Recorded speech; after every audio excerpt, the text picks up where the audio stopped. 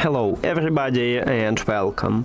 In this video I'm going to show you how to enable or disable transparency mode for your earbuds VIVO TWS 3.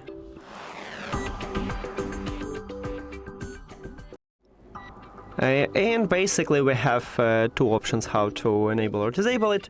We can use an application or we can use gestures. So open VIVO Earphones application, and of course you need to add your earbuds to the app. Then you will see them at the device list, and right here you need to tap on them.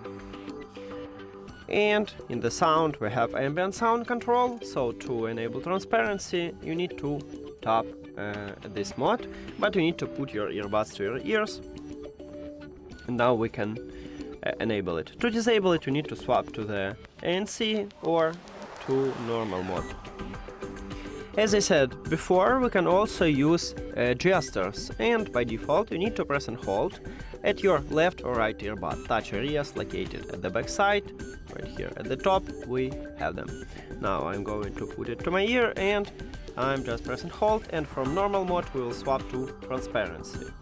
To disable it you need to also press and hold, and firstly you will swap to ANC, and then from ANC you will swap to normal mode.